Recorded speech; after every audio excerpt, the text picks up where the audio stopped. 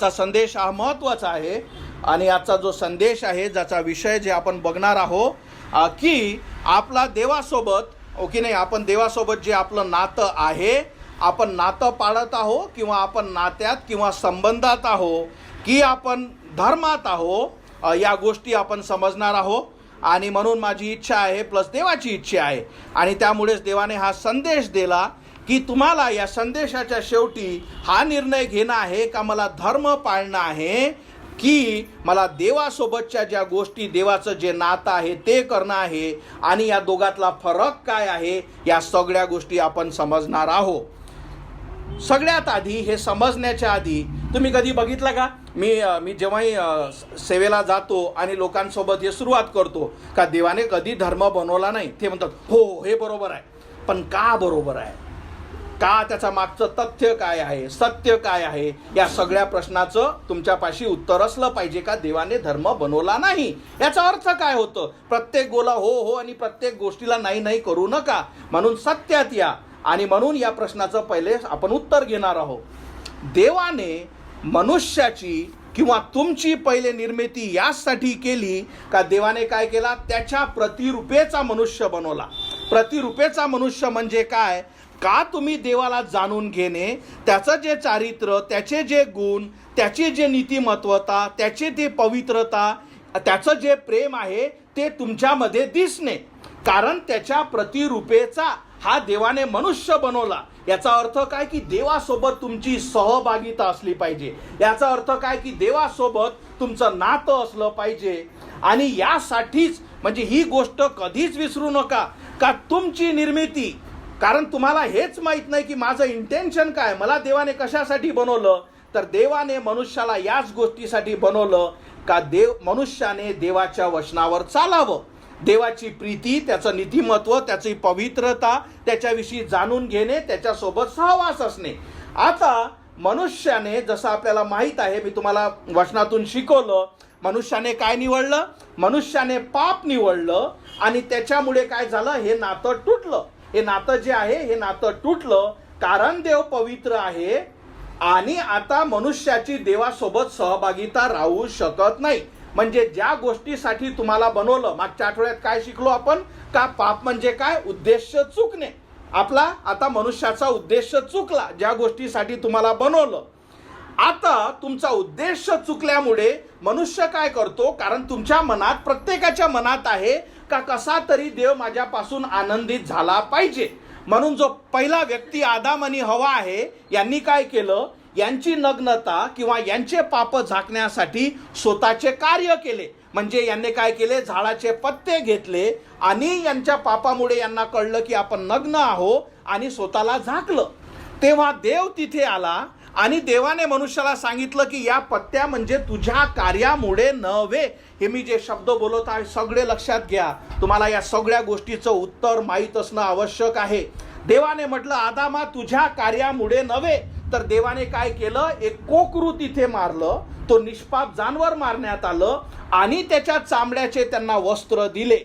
याच्यामुळे काय करण्यात आलं की मनुष्याच्या कार्यामुळे नव्हे, तर देवाच्या बलिदानामुळे, देवाने केलेल्या कार्यामुळेच आता हे नातं काय होतं, जुळू शकतं। आता हे जेव्हा गोष्ट झाली, आता देवाने आदाम आणि हवेला आशीर्वाद दिले का तुला मुलं होतील, संतती होईल, आणि लक्षात ठेवा त्याच आशीर्वादामुळे तुम्ही आहात, कारण त्या दोघांना देवाने आशीर्वाद दिले का तुझ्यातून मुलं येतील।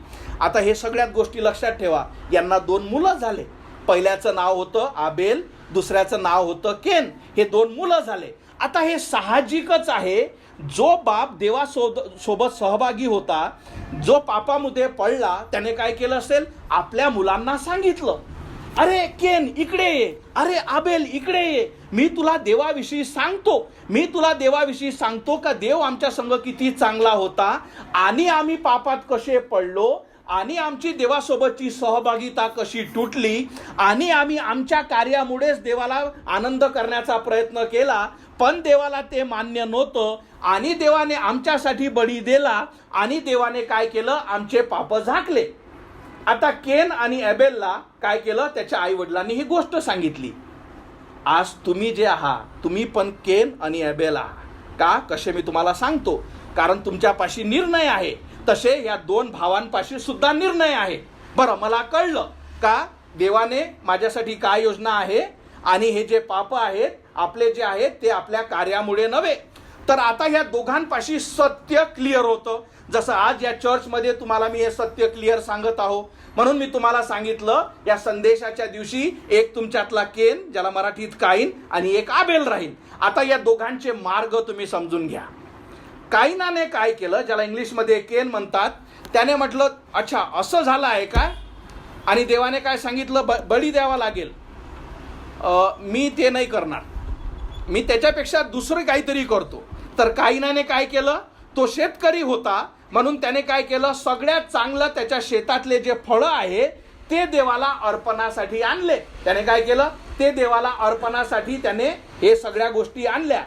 जो आबेल होता, त्या आबेलाने काय केलं, तो जो आबेल होता त्या आबेलाने हे केलं का मी जो बळी आहे, देवाने काय सांगितलं का बळी द्यावा लागेल, म्हणून त्याने आपल्या वडिलाचं ऐकलं, म्हणजे देवाचं ऐकलं, आणि जो आपल्या कळपातला सगळ्यात चांगला पहिला जो मेंढरू आहे तो बळी देण्यासाठी आणला. म्हणून या गोष्टी लक्षात ठेवा. काईनाने काय केलं, त्याला वाटलं देवाने जे सांगितलं ते सोडा, मी एवढं चांगलं करून आणतो, चांगले फळं चांगल्या गोष्टी आणतो आणि ते देवाला अर्पण करतो. आबेलाने काय केलं, देवाने काय सांगितलं की मेंढरू द्यावा लागेल, मी माझ्या कळपातला सगळ्यात चांगला मेंढरू आणतो. म्हणजे पहिल्याने काय केलं, स्वतःची इच्छा केली. त्याची इच्छा काय होती का माझ्या कार्याद्वारे, माझ्या कामाद्वारे देव आनंदित होईल. आबेलाने काय केलं, माझी इच्छा नव्हे, देवाची इच्छा काय आहे, बलिदान द्यावा लागतो, मी त्याच्यासाठी जी देवाची इच्छा आहे ते पूर्ण करतो. आता हे दोघंही आपल्या इच्छेनुसार देवासमोर घेऊन आले. काईन आला, तो म्हणतो उत्तमातलं उत्तम हे फळ माझ्या शेतीतलं मी तुझ्यासाठी देवा आणलं. आबेल आला, आबेलाने म्हटलं की तुझ्यासाठी मी काय करतो, तू जे म्हटलं आहे जो बळी आहे तो मी काय करतो, तुमच्यासाठी अर्पणासाठी देतो. आता हे सगळ्यात मोठी गोष्ट तुमच्यासाठी लक्षात ठेवणे, देवाने काय केला, काईनाचा जे अर्पण होतं त्याने कबूल केलं नाही. त्याचं कारण का, काईनाचं अर्पण त्याने कबूल केलं नाही कारण ती देवाची इच्छा नव्हती. जरी त्याचे अर्पण किती काही चांगले असू द्या, जरी त्याचे अर्पण किती काही त्याचं मन असू द्या, देवाला ते मान्य नव्हतं. आबेलाची जे केलं त्याने काय केलं, जो बळी आणला ती देवाची इच्छा होती, त्याचं अर्पण देवाने कबूल केलं. आता तुम्हाला समजतं धर्म कुठून आला. धर्म म्हणजे काय, कार्य. आदामाचे जे पहिले 2 लेकरं होते, पहिल्याने काय निवडलं, कार्य. नियमित काहीतरी मी देवासाठी करीन की देव माझ्यासमोर आनंदित होईल. आबेलाने काय निवडलं, माझ्यामुळे नव्हे, देवाने जे सांगितलं ती गोष्ट मी पूर्ण करेल.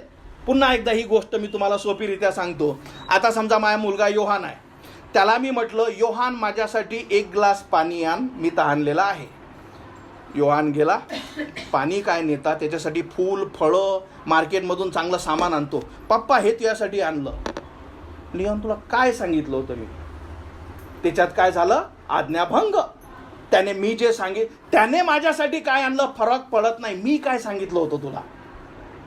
समजलं, देवाने तुम्हाला काय सांगितलं आहे का, तुमच्या कार्याद्वारे नव्हे. आणि म्हणून जेव्हा या 2 व्यक्ती जे पहिले आदामाचे मुलं केन आणि अबेल आले, याच्यातून एकाने धर्म म्हणजे कार्याचा मार्ग निवडला. जे जे मला वाटते की याच गोष्टीमुळे देव आनंदित होईल हा मार्ग यांनी निवडला, आणि त्याच मार्गावर ते पुढे चालत गेले, आणि त्याच्याच द्वारे काय झाले, सगळे धर्म बनत गेले. म्हणजे धर्माचं जर तुम्ही डेफिनेशन पाहाल तर काय आहे, नियमितपणे कार्य करणे, याच्यात आध्यात्मिक कार्य करणे. जेही तुम्ही करत असाल पण फक्त नियमितपणे करत जा. का करावं मला माहित नाही, कोणीतरी मला सांगितलं म्हणून मी करत आहे. तुमचे कार्य किती काही रिलिजियस असो, तुमचे कार्य किती काही आत्मिक असो, तुमच्या गोष्टी किती काही चांगल्या असो, पण जर ते देवाच्या वचनावर आधारित नाही तुमच्या, त्या व्यर्थ आहेत. पण जर तुम्ही देवाची आज्ञा मानता की त्याने जी गोष्ट सांगितली ते मी करतो, जसं मी पाण्याचं उदाहरण दिलं, माझ्या मुलाला मी सांगितलं पाणी आण, मी आनंदित कधी होईल, त्याने माझी आज्ञा ऐकली. त्याने मला एक ग्लास पाणी दिलं, मी म्हणेन शाबास तू माझी आज्ञा ऐकली. एवढं सोपी आहे.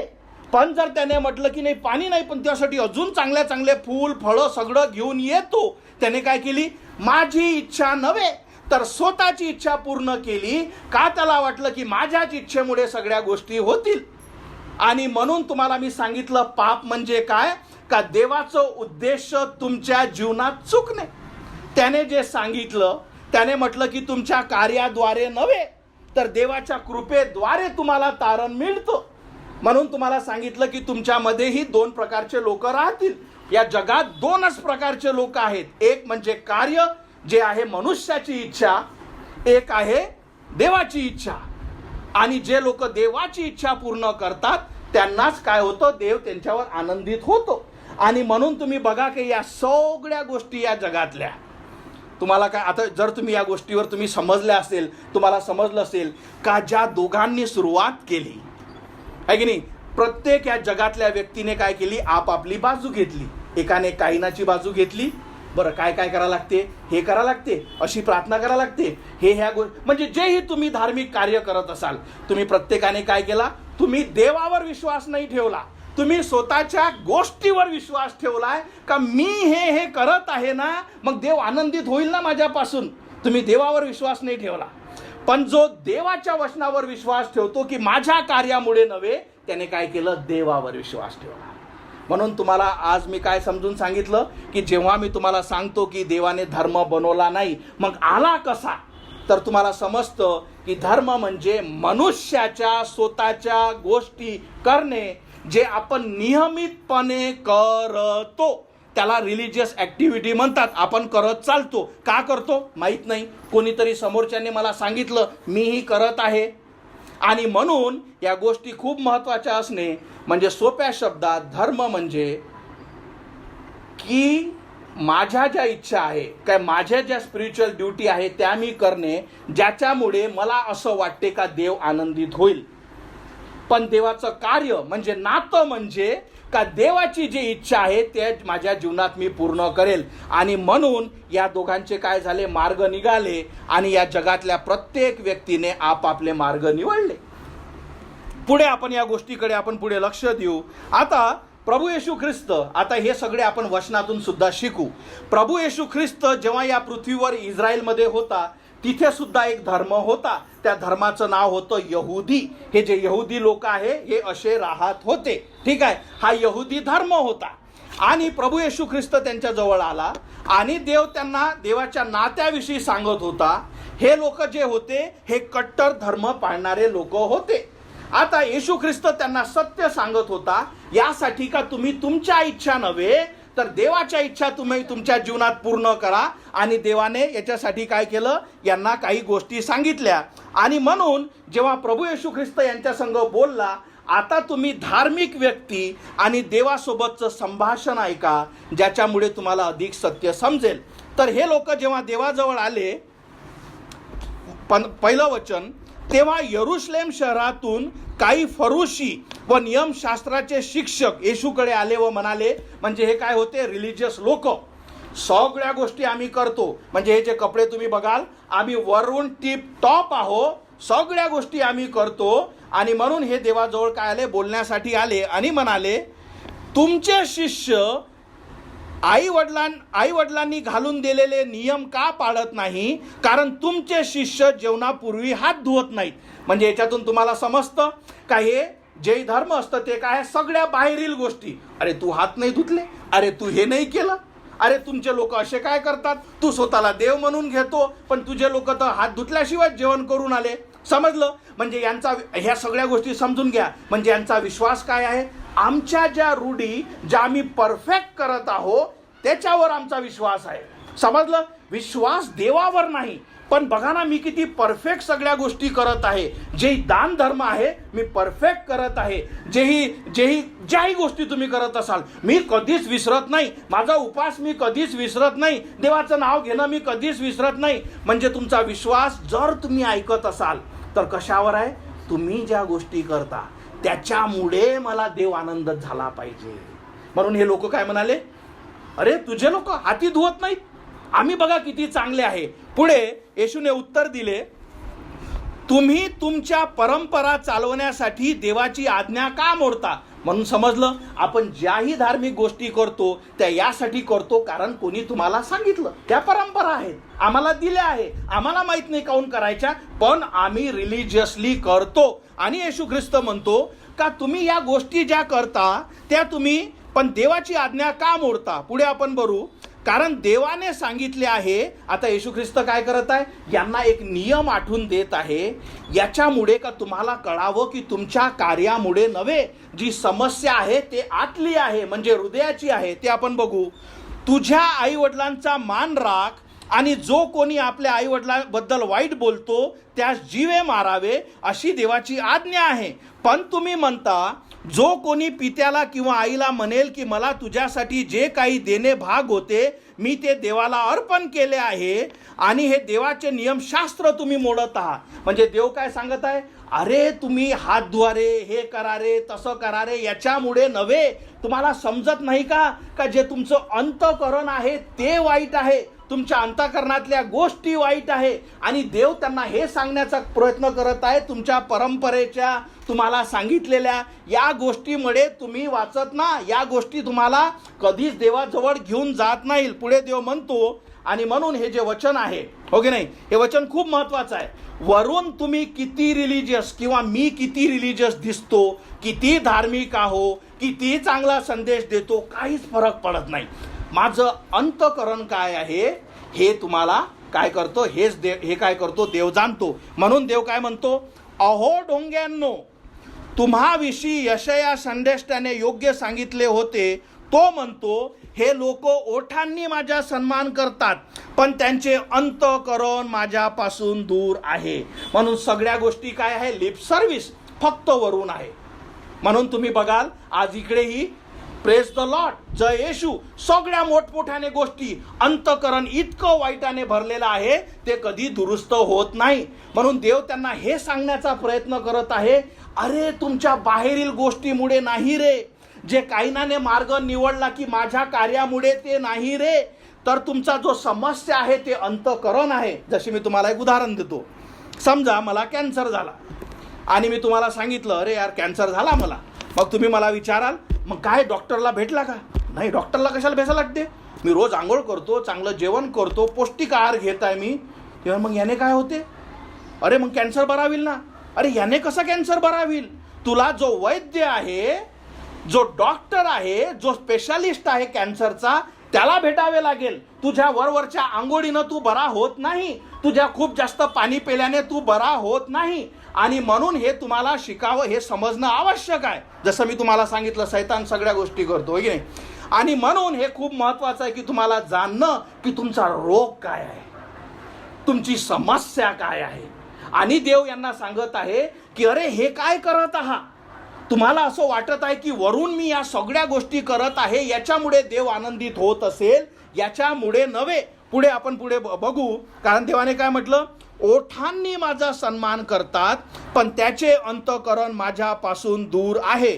पुढे देवाचे वचन सांगतं, पुढे आपण काही गोष्टी बोलू. आणि एक वचन, 8वं वचन आपण पुढे बघू. 8वं वचन सांगतं, हे लोक, 8वं वचन म्हणतात, हे लोक माझी सन्मान करतात, हे आपण बघितलं. पुढं 9वं वचन, ते मनुष्याचे नियम, आणि हे लक्षात ठेवा, आणि ते मनुष्याचे नियम आपले धर्मत्व म्हणून शिकवतात आणि व्यर्थ माझी उपासना करतात. जे तुम्हाला सांगितलं, का व्यर्थ आहे?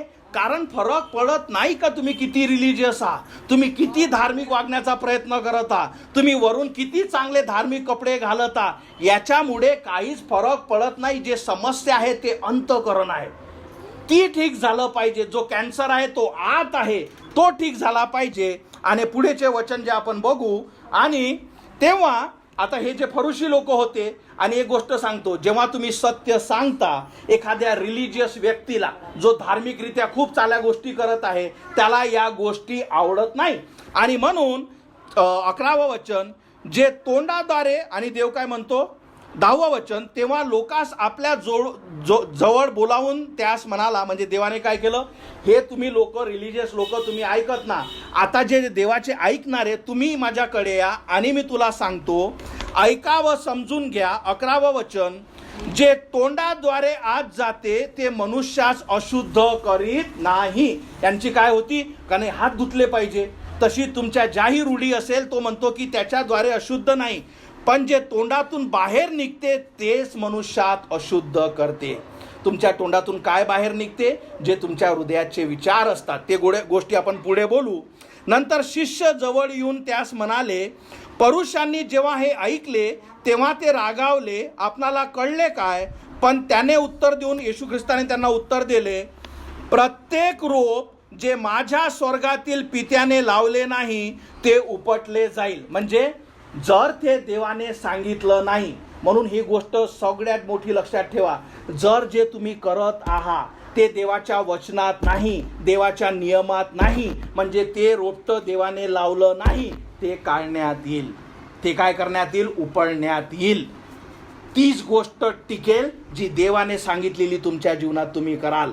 आणि म्हणून तो काय म्हणतो, प्रत्येक रोप जे माझ्या स्वर्गातील पित्याने लावले नाही ते उपटले जाईल.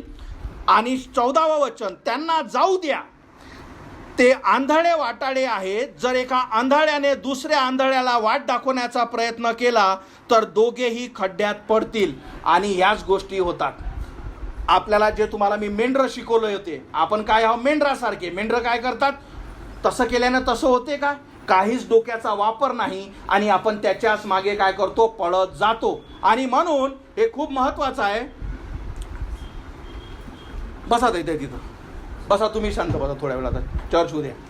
आणि म्हणून हे खूप महत्वाचं आहे की आपल्याला समजणं की तुमच्या इच्छेद्वारे नव्हे तर देवाची इच्छा तुमच्या जीवनात पूर्ण हो. आणि जर आंधळे वाटेसारखे, म्हणजे जे तो करतो तेच मी करतो, म्हणून तुम्हाला तसे करणारी पूर्णी भीड, पूर्णी गर्दी दिसेल, त्या गर्दीतून तुम्ही जेव्हा बघण्याचा प्रयत्न कराल की खरंच देवाने हे सांगितलं आहे का, या गोष्टीमुळे मला साह्य मिळेल का, या गोष्टीमुळे माझ्या पापाची क्षमा होईल का, या गोष्टीमुळे मला तारण होईल का, या गोष्टी मला आश्वासन देत आहेत का, या गोष्टी मला शांती देत आहेत का, जर तुम्ही थोडाही या गोष्टीविषयी विचार कराल आणि आंधळे बनणार ना, तर देव तुम्हाला साह्य करेल. आणि म्हणून पुढे देव म्हणतो, पेत्र म्हणाला, आमच्यासाठी हा दाखला स्पष्ट करून सांगा. आणि हे उत्तर त्याच्यापासून लक्ष द्या. येशूने 16वा वचन त्यांना विचारले, तुम्ही अजूनही अज्ञानी आहात का? आणि म्हणून हे तुमच्यासाठी सुद्धा, तुमच्यातली असे कोणी आहे का की तुम्ही अज्ञानी आहात, हे तुम्हाला वाटतं की माझ्या गोष्टीमुळेच देव आनंदित होईल, माझ्या गोष्टीमुळे एक दिवस असं होईल का जेव्हा मी मरणाच्या दारावर राहील, देव म्हणेन, हां तुझे पाप 100 ग्रॅम, हां तुझे चांगले कार्य 110 ग्रॅम, ये स्वर्गात, असे तुम्हाला वाटत असेल का? तर देव म्हणतो की हे समजून घ्या. काय म्हणतो देव, जे काही तोंडात जाते ते सर्व पोटात जाते व मग शोकपातातून बाहेर टाकले जाते, हे तुम्हास अजून समजत नाही का? आणि सगळ्यात महत्त्वाचं गोष्ट म्हणजे 18वा वचन, परंतु ज्या गोष्टी तोंडातून बाहेर निघतात त्या अंतःकरणातून येतात व त्यास मनुष्यास अशुद्ध करतात. आणि अंतःकरणातून काय येते, वाईट विचार, खून, व्यभिचार, जार कर्म, खोट्या साक्षी, निंदा, हे अंतःकरणातून बाहेर निघतात. या गोष्टी मनुष्यास अशुद्ध करतात. म्हणून तुम्ही किती धार्मिक आहात, किती तुम्ही देवदेव करता किंवा मी देवदेव करतो, मी किती येशू येशू करतो आणि किती प्रेज द लॉर्ड करतो, काहीच फरक पडत नाही. माझ्या अंतःकरण जे अशुद्ध आहे ते जोपर्यंत ठीक होत नाही. दुसरी गोष्ट, तुमच्या कुठल्याच कार्यामुळे तुम्ही करून बघितले असेल, तुमचं जीवन पडताळून बघा का मी चांगली झाली, माझं जीवन बदलत आहे, मी आत्मिक होत आहे, माझं खोटं बोलणं, लबाडी करणं, व्यभिचारी करणं, चोरी करणं, या सगळ्या गोष्टी बदलत आहे. कारण तुम्हाला जसं मी सांगितलं, धर्म म्हणजे कार्य, या सगळ्या बाहेरील गोष्ट आहे. हे जर तुम्हाला बदलत नसेल आणि ते बदलू शकत नाही, तुम्ही स्वतःची इच्छा आपल्या जीवनात करत आहात, जे कैनाने केलं. पण कायनाने जे केलं, देवाने ते मानलं नाही, ते स्वीकारलं नाही. कारण तो जो आहे कार्याचा मार्ग, धार्मिक मार्ग, नियमित करण्याचा मार्ग, तो देवाला मान्य बिलकुल नाही. आणि म्हणून देव काय म्हणतो, त्या गोष्टीने नव्हे तर जे तुमचे अंतःकरण आहे. आता तुम्हाला विचारतो, तुमचे अंतःकरण तुम्ही कसे ठीक करू शकता? मी तुम्हाला कॅन्सर विषयी काय दिली, एक तुम्हाला उदाहरण दिलं. माझा कॅन्सर मी स्वतः कसा ठीक करेल? पाणी पिल्याने माझा कॅन्सर ठीक होईल?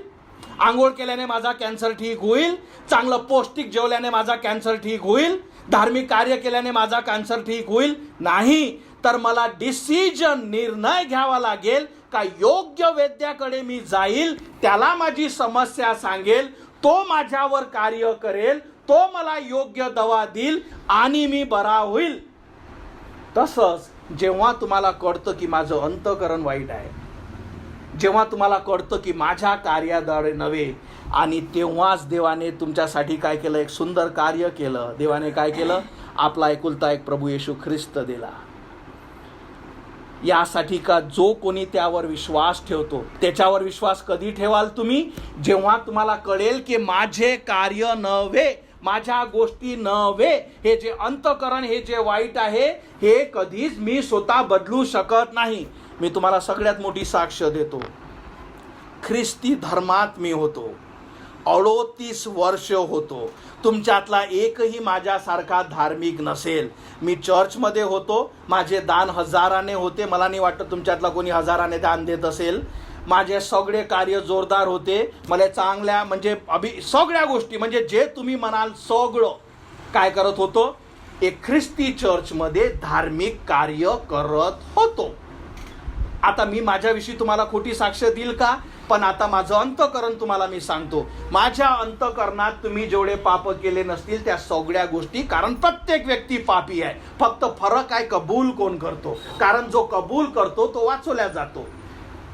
जेवढेही धार्मिक कार्य केले, मी तुम्हाला सांगितलं होतं, माझ्या डिक्शनरीमध्ये, फोनमध्ये पास्टर शब्द टाकला का काय 100 पास्टर, म्हणजे इतके लोक, अरे बापरे किती चांगला पोरगा आहे, किती आशीर्वादित आहे, किती याला देवाने आशीर्वादित केलं, या सगळ्या गोष्टी. पण नितीनला आत माहीत होतं. फरक फक्त एवढं होतं की माझा कॅन्सर मी दाबत होतो. वरच्यांना थोडी माहीत आहे. वरच्यांना तर हेच माहीत आहे का चांगला धार्मिक व्यक्ती आहे, म्हणूनच तर एवढा आशीर्वादित केला देवाने याले, म्हणूनच तर एवढा अमेरिकेला नेला, म्हणून तर त्या सगळ्या गोष्टी केल्या. म्हणून हे खूप महत्त्वाचं आहे का तुम्हाला हे सगळ्यात मोठी काय आश्वासन, सगळ्यात मोठी साक्ष का मी स्वतः धार्मिक होतो. पण त्या धार्मिक रीते वरून किती काही चांगल्या गोष्टी असो, तुम्हाला माहित आहे का, ज्या पुण्यातल्या सगळ्यात मोठ्या चर्चमध्ये मी होतो, मी इतक्या लवकर त्या जो पास्टर होता त्याचा एवढा जवळीक झालो का त्यातल्या आतल्या गाठीतली लोकांमध्ये तो मला बोलवायचा का बापरे तू किती चांगला आहे. पण जेव्हा मला एक दिवस एकाने सत्य सांगितलं, अरे नितीन तू मरशील, अनंताच्या नरकात जाशील, कारण तू पापी आहे. थांबून जा, बाहेर बसा बाहेर जा, बसा तिकडे बाहेरच. हां ठीक आहे, 5 मिनिटं थांबा. आणि जेव्हा मला कळलं का हो मी पापी आहे, माझे कुठलेच कार्य मला वाचू शकत नाही, जेव्हा मला काय केलं, एकानं सत्य सांगितलं. त्याने म्हटलं नितीन फरक पडत नाही तू कोण आहे, तुला फार वाटतं की गरीब घरातून तू अमेरिकेपर्यंत आला, पण देवाचे वचन सांगतं की सर्वांनी पाप केले आणि देवाच्या गौरवाला उणे पडले आहे. देवाचे वचन सांगतं की पापाची शिक्षा मरण आहे आणि अनंत काळचा नरक आहे आणि दुसरे मरण आहे आणि अग्नीच्या सरोवरात टाकल्या जाईल. आता काय झाला, हा धार्मिक ढोंग खाली पडला. पण याच्यातही निर्णय आहे आपला. तुम्हाला काय सांगितलं, कायनाने काय निवडलं, जेव्हा आदामाने सांगितलं असेल सांगत असशील तू, पण मी जे पाहिजे ते मी करेल, तो म्हणजे तुमचा गर्व. कारण तुम्हाला सत्य ऐकायचं नाही, पण तुम्हाला काय सांगितलं, जे आत्म्याने नम्र ते धन्य ते स्वर्गाचे राज्य पाहतील. मला जसं मला सत्य सांगितलं, काय झालं, माझ्यापाशी 2 निर्णय होते. एक तर तो धार्मिकतेचा मुकुट अजून टाईट करणे, दिसत नाही का किती धार्मिक आहो मी, समजत नाही आहे का. दुसरा का मुकुट खाली घालणे, अरे आता तर रोगीच दिसत आहे रे, आता तर हे जे आहे वाईट विचार, खून, व्यभिचार, जारकर्मी, खोट्या साक्षी, निंदा, अंतकरणातून बाहेर, आता सगळं हे दिसत आहे रे. मग प्रश्न आला, मग आता काय करू, कारण धार्मिक कार्य तर सगळे खाली पडले माझे. मी तर त्याच्याच बेसिसवर मला वाटलं का मला देव आशीर्वादितच करत आहे. पण जेव्हा देवाचं वचनाने मला काय दाखवला, माझा आरसा, का तू काय आहे पहिले हे बघून घे. पण त्यानंतर होती डिसिजन, का तुम्ही तुमचे मुकुट जे आपण तोंडावर लावतो त्याला अजून पक्क घट्ट करता? ते कसे करता येतात माहीत आहे? तुमचे मन स्ट्रॉंग करता. लोक काय करतात, आपले मन नाही हे खोटंच मला चालेल, याच्यावरच मी स्ट्रॉंग राहतो. तुम्ही काय केलं? तुमची एक संधी जे देवाने दिली ते काढली. मी माहिती आहे का देवाला धन्यवाद देतो, जेव्हा मला आरसा दाखवण्यात आला तेव्हा देवाने मला सहाय्य केलं की माझं अंतःकरण मी बघू शकू की हो मी वाईट आहे. फरक पडत नाही नितीनिंगळे तू किती धार्मिक प्रयत्न करण्याचा प्रयत्न करतो, किती तुझे दान आहे, किती तू चर्चमध्ये जातं, किती लोकांसाठी प्रार्थना करतो, फरक पडत नाही. तू पापी आहे देवासमोर. देव जेव्हा तुला बघतो तुझे धार्मिक कार्य नाही, तुझे अंतःकरण बघतो आणि त्या अंतःकरणातून वास येतो, त्या अंतःकरणातून खोटं येतो, त्या अंतःकरणातून लबाडी येतो, त्या अंतःकरणातून व्यभिचार येतो, त्या अंतःकरणातून देवाला न आवडणाऱ्या सगळ्या गोष्टी येतात. पण एकच जेव्हा निर्णय असतो, तुम्ही जेव्हा ते अंतःकरण मग देवासमोर उघडता की काय करू, देव म्हणतो तू माझ्याजवळ ये, मला हाक मार. तुझ्या याच पापासाठी मी क्रूसावर मारण्यात आलो, तुझ्या याच पापासाठी मी आपला प्राण दिला, तुझ्या याच पापासाठी मी आपला जीव दिला, यासाठी का तू नरकात जाऊ नये. जेव्हा हा मुकुटा जसा खाली पाडण्यात आला आणि मी ख्रिस्ताला हाक मारली, देवा माझा आत्मा वाचव, माझ्या पापाची क्षमा कर. आधी मी काय होतो? ख्रिस्ती धर्मात होतो. तो व्यक्ती मेला असता अनंताच्या नरकात निघून गेला असता. पण जेव्हा हा मुकुटा खाली पडला धार्मिकतेचा, तेव्हा समजलं की देवासमोरचं नातं तर तुटलेलं आहे माझ्या पापामुळे, देव पवित्र आहे. आणि जशी त्याला हाक मारली का येशू माझा आत्मा वाचव, माझ्या पापाची क्षमा कर, त्याने काय झालं? त्याने माझ्या पापाची क्षमा केली आणि आपले मुलं होण्याचा अधिकार दिला. वचन काय सांगतं? जितक्यांनी त्याच्यावर विश्वास ठेवला तितक्यांना त्याचे मुलं होण्याचा अधिकार दिला. आधी नितीनिंगळे काय होता? धार्मिक व्यक्ती. आता काय झाला? देवाचा पुत्र. तुम्हाला काय सांगितलं? देवाने बनवलं होतं नातं, आता काय झालं? ते नातं रिस्टोर झालं. आधी काय होतं? कशावरून लेपवू, काहीतरी करू. पण तुम्हाला काय शिकवतो? सत्य तुम्हाला कळेल आणि तुम्ही सत्य स्वीकाराल. विचार करा किती सुंदर गोष्ट आहे का देवाने मनुष्य जो आदाम बागेत बनवला ते नातं आजही आजच्या क्षणी पुन्हा रिस्टोर होऊ शकतं. कधी? जेव्हा आपण आपले मुखोटे उतरतो आणि आपल्याला कळते की माझी पाप स्थिती काय आहे आणि त्या ख्रिस्ताला तुम्ही हाक मारता, येशू माझा आत्मा वाचव, माझ्या पापाची क्षमा कर, मी तुला माझा देव माझा तारणारा स्वीकारतो. म्हणून एक लक्षात ठेवा, सगळे पाप उघडीस येतील, पण फरक हे आहे का तुम्ही इथं देवासमोर करता आणि त्याला स्वीकारता आपल्या पापाचं प्रायश्चित म्हणून, की तुम्ही न्यायाच्या दिवशी उभे राहता जिथं सगळं उघडल्या जाईल आणि तुम्ही प्रत्येकासाठी आपल्या पापासाठी कबुली देता.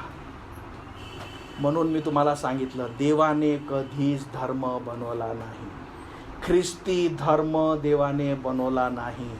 देवाने नातं बनवलं मनुष्यासोबत. काईन आणि अबेल दोघांनी निवडलं. एकाने निवडलं की माझ्या इच्छेनं मी देवाला आनंदित करेल, देवाने त्याचे अर्पण स्वीकारलं नाही. दुसऱ्याने निवडलं की देवाची इच्छा काय आहे? देवाची इच्छा आहे का त्याचा पुत्र प्रभू येशू ख्रिस्त त्याच्याद्वारे तुम्हाला सार्वकालिक जीवन मिळावे. आज तुम्हाला मी काय सांगितलं? तुमच्यामध्ये काईन आणि आबेल आहे, तुम्हाला निर्णय घेणं आहे. जर तुम्हाला आज शाश्वती नसेल की आज मला मरण येईल तर मी कुठं जाईल, तुम्ही काईनाच्या मार्गावर पुढं जाता. एक दिवस ते खतम होईल, देवाला ते मान्य नाही. पण जर हे देवाचे वचन तुमच्या संग बोललं असेल, तुम्हाला मी माझी साक्ष सांगितली, हा धार्मिक व्यक्ती होता, तुमच्यापेक्षा सगळ्यात धार्मिक होता, पण हा धार्मिक मरून नरकात गेला असता. पण देवाचे वचन जे धारधारी तलवार आहे, जे तुमच्या हृदयासंग आज बोललं, आणि जेव्हा तुम्ही तुमचे मन देवासमोर उघडता की हो मला समजलं मी पापी आहे, आणि त्या ख्रिस्ताला हाक मारता, येशू माझी क्षमा कर, मी तुला माझा देव माझा तारणारा स्वीकारते. हे पापांमुळे, माझ्या पापांमुळे जे तुझ्यासोबतचे नातं जे तुटलं आहे, देवा ते पूर्ण कर, ते बरं तो कर. मी तुझ्यावर विश्वास ठेवते की तू माझ्या पापाची शिक्षा घेतली, तू मारण्यात आला, गाळण्यात आला आणि तू मरणावर विजय मिळवला. आणि तुझे वचन सांगतं की आता जोही विश्वासाने हाक मारेल तो वाचवला जाईल. जेव्हा तुम्ही हाक मारता त्याच समय तुमचं नातं त्याच समय रिस्टोर होतं, तुम्ही जुळल्या जाता, तुम्ही देवाचे मुलं आणि मुली होता. निर्णय तुमच्याजवळ आहे. तुम्ही जे करत आले तेच तुम्हाला कंटिन्यू करायचं आहे तुम्हाला धार्मिक कार्य करून तुम्हाला वाटतं, कारण तुम्हाला काय सांगितलं, तारण कृपेने विश्वासाद्वारे देवाची कृपा आहे, तुम्ही विश्वास ठेवता. तुमच्या कार्याद्वारे नव्हे, तुमच्यामुळे होणार नाही. म्हणून कुठला मार्ग तुम्ही स्वीकारता हा निर्णय तुमचा आहे. पण जर देवाचं वचन तुमच्या संग बोललं असेल का माझी आत्मिक कंडिशन मला दिसते, फरक पडत नाही तुम्ही आयुष्यभर चर्चमध्ये होते नाही होते, काय करता काहीच फरक पडत नाही, काय पाडता काहीच फरक पडत नाही. जर तुम्हाला स्वर्गातील देव पाहिजे तर त्याची इच्छा आहे का त्याच्या पुत्राद्वारे तुम्हाला सार्वकालिक जीवन प्राप्त व्हावं. हा निर्णय तुमच्या जवळ आहे. आपण प्रार्थना करू, आपल्या मानाखाली घालू, आपले डोळे बंद करू. मी जसं तुम्हाला सांगितलं, माझ्यासारखा धार्मिक कोणीच नव्हता, कारण माझं जीवन मला माहीत आहे. पण जसं देवाचं वचन सांगतं, जो आपल्या प्रत्येकासाठी आरसा आहे, का खरं जे वाईट आहे ते आपलं हृदय आहे, ज्यातून काहीच चांगलं निघत नाही. खोटं बोलणं, व्यभिचार करणं, चोरी करणं, या सगळ्या गोष्टी ज्या आहेत त्या मनुष्याला दूषित करतात. आणि हे तुमचं हृदय तुम्ही बदलू शकत नाही, तुम्ही स्वतःला ठीक करू शकत नाही, तुम्ही स्वतःचा पापाचा कॅन्सर स्वतः ठीक करू शकत नाही. आणि म्हणून देवाने आपला एकुलता एक पुत्र प्रभू येशू ख्रिस्त दिला. प्रभू येशू ख्रिस्त तुमच्या पापासाठी मारण्यात आला, कारण तो तुमच्यावर प्रेम करतो. त्याला माहीत आहे की आपले धार्मिक कार्य आपल्याला वाचवू शकत नाही, ते आपल्याला नाशाकडे घेऊन जातील. आणि म्हणून देवाने आपला पुत्र येशू ख्रिस्त दिला, यासाठी का जो कोणी त्यावर विश्वास ठेवतो, जेव्हा आपले अंतःकरण त्याच्यासमोर उघडता, म्हणता येशू माझी क्षमा कर. लक्षात ठेवा, प्रभूला देवाला सगळ्या गोष्टी माहीत आहे. फक्त तो वाट बघतो की तुम्ही कबूल करा, तुम्ही त्याला स्वीकारा, ते सत्य तुम्ही त्याला स्वीकारा.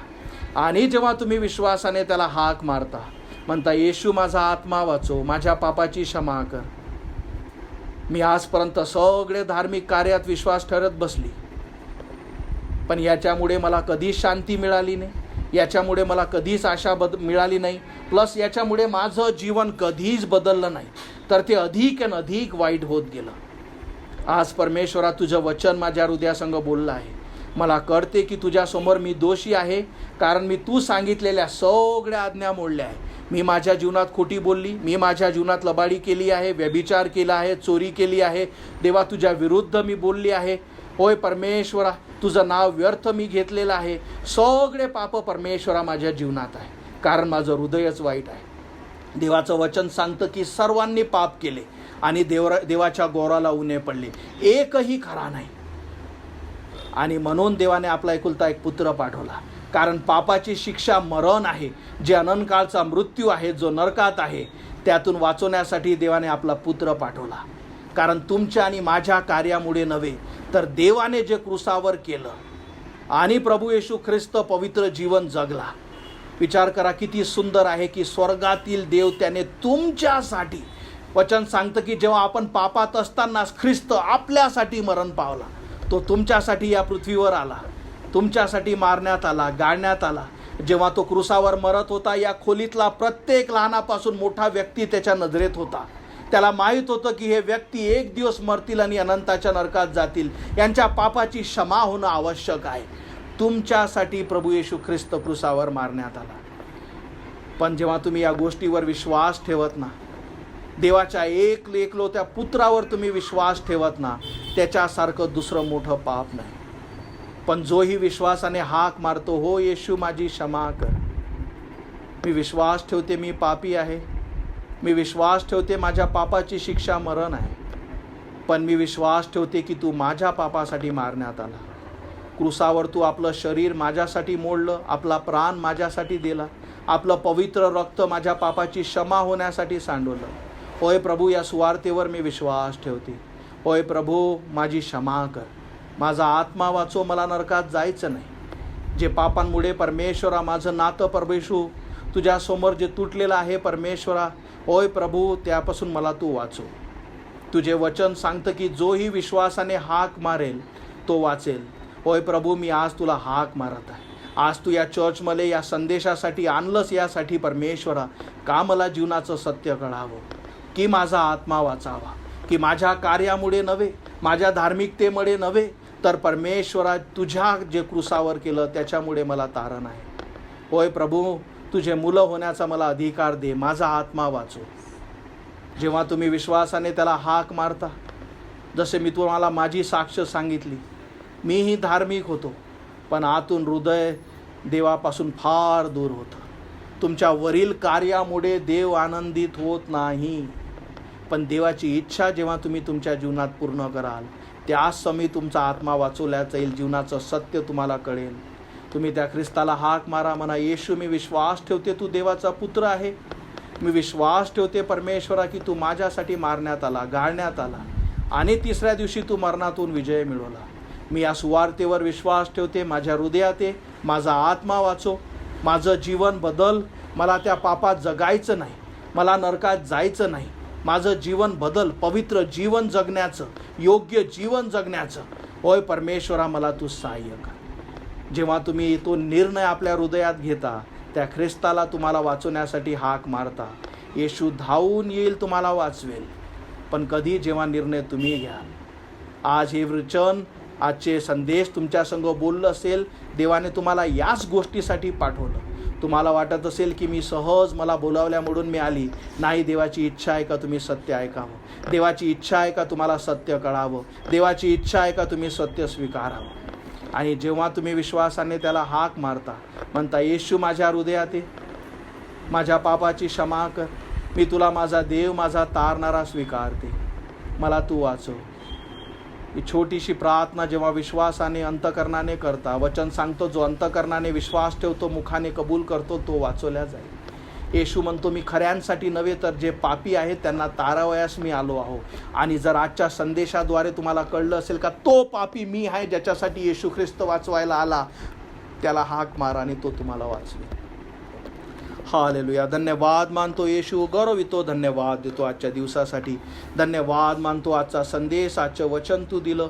धन्यवाद मानतो परमेश्वरा.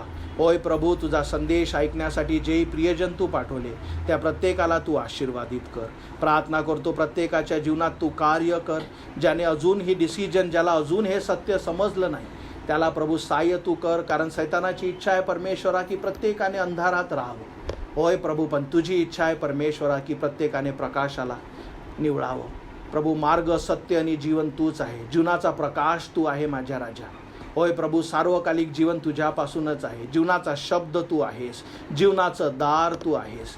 होय प्रभू, त्या दारातून प्रत्येक आत्म्याने शिरावं आणि अनंताचं जीवन मिळावं, यासाठी मी प्रार्थना करतो. धन्यवाद मानतो. पुन्हा एकदा इथे जुळलेल्या प्रत्येकाला तू आशीर्वादित कर, गौरवितो, धन्यवाद देतो येशू. आणि ही प्रार्थना प्रभू येशू माझा तारणारा, याच्या जिवंत नावात मागतो म्हणून तू ऐक. आमेन. तुम्हा कोणाची